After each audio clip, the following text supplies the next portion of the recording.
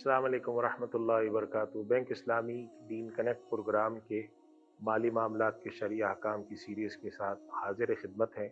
आज का हमारा मौजू है माल हराम के अहकामात। हम सब इस बात को जानते हैं कि अल्लाह सुब्हानहू व तआला ने हलाल तैयब माल के कमाने का और उसके इस्तेमाल का हुक्म दिया है। कुरान करीम में अल्लाह सुब्हानहू व तआला फरमाते हैं, या अय्युहर रसूल कुलू मिनत तय्यबाति वअमलू सालिहा, ए अम्बिया आप पाकीज़ा चीज़ें खाएं और नेक काम करें। मुफस्सिरीन लिखते हैं कि इससे मुराद ये है कि अल्लाह ताला ने तमाम अम्बिया और रसूलों को ये पैगाम दिया, हुक्म दिया कि आप पाकीज़ा हलाल और तैयब चीज़ें खाएं। हलाल और तैयब चीज़ें खाने के दो मतलब थे। एक मतलब तो ये था कि जिन चीज़ों को अल्लाह ने हराम किया है, जिन जानवरों को, जिन अशिया को, उनका इस्तेमाल न किया जाए, और दूसरा मतलब इसका ये था कि जिन तरीक़ों को, जिन आमाल को अल्लाह ने मना किया है, उनका भी इर्तिकाब न किया जाए। तो पाकीज़ा चीज़ें खाने का, पाकीज़ा तरीक़े से चीज़ों को इस्तेमाल करने का, बरतने का हमें हुक्म है।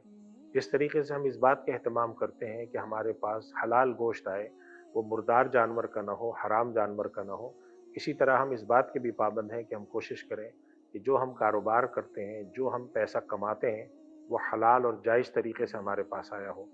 इस वजह से हराम जो पैसा कमाया जाता है, इसकी बड़ी शनाअत है और इसकी बड़ी मज़म्मत आई है। अल्लाह के नबी सल्लल्लाहु अलैहि वसल्लम ने हदीस शरीफ में फरमाया है कि एक आदमी अल्लाह के सामने इल्हाह जारी करता है और रो के और गड़गड़ा के मांगता है, ऐ मेरे रब फ़लाँ काम हो जा, ऐ मेरे रब ये मेरी बात सुन ले। लेकिन अल्लाह के नबी सल्लल्लाहु अलैहि वसल्लम फरमाते हैं कि उसके ये बात कैसे कबूल की जाए जबकि उसका खाना हराम, उसका पीना हराम, उसका पहनना हराम।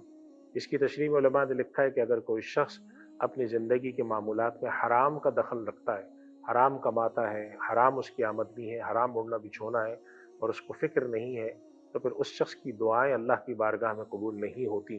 क़यामत की निशानी में से अल्लाह के नबी सल्लल्लाहु अलैहि वसल्लम ने इस बात को बड़े वाज़ेह तौर पर फ़रमाया है कि एक वक्त लोगों पे ऐसा आएगा कि लोगों की सिर्फ़ और सिर्फ़ कोशिश ये होगी कि उनके पास माल आ जाए, यानी वो पैसा कमा सकें, चाहे कहीं से भी आए। हम बसा औक़ात आज के हालात में अपनी दाएँ-बाएँ देखते हैं, तो हमें ऐसा महसूस होता है कि शायद हम उसी ज़माने में जी रहे हैं कि जहाँ लोगों को इस बात की तो फ़िक्र है कि उनके पास ढेरों पैसा आए, और इस बात की भी फ़िक्र है कि उनके पास पैसा ज़्यादा से ज़्यादा आता आता रहे, बहुत ऐशो-इशरत की ज़िंदगी बसर करें। लेकिन इस बात की तरफ उनको तवज्जो नहीं है कि ये पैसा आया हुआ कहीं हराम तो नहीं है, किसी से सूद पे तो नहीं खाया हुआ, किसी का हक़ तो नहीं मारा हुआ, किसी की जायदाद तो नहीं हड़प की हुई। इस वजह से हराम काम से बचने की, हराम माल से बचने की बड़ी अहमियत है। रमज़ान अल मुबारक में ये अहमियत इसलिए भी बढ़ जाती है कि हम रमज़ान में दिन का रोज़ा रखते हैं, रातों को क़याम करते हैं, अल्लाह की बारगाह में सदका पेश करते हैं, ज़कात पेश करते हैं, खैरात पेश करते हैं।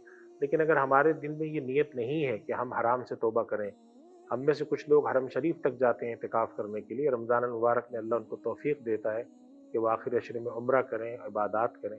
अगर हराम से बचने की फ़िक्र नहीं है, तो फिर इस बात को हमें ज़हन में बिठा लेना चाहिए कि हमारा माल, हमारे आमाल अल्लाह की बारगाह में कबूल नहीं है, और हमें इसकी फ़िक्र करनी चाहिए कि अगर हमने किसी का माल हराम ज़ब्त किया हुआ है, हराम तरीके से किसी की जायदाद पे कब्ज़ा किया है, हराम तरीके से किसी का माल हमने अपने पास ऐंठ के रखा है, हम उसको फ़िलफ़ौर वापस करें।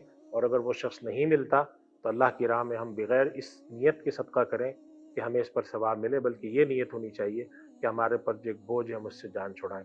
अल्लाह ताला हमें इस अमल की तौफ़ीक़ अता फ़रमाए। कल इंशाअल्लाह ताला अगले प्रोग्राम के साथ हाज़िर होंगे। व आखिरु दावाना अनिल हम्दुलिल्लाहि रब्बिल आलमीन।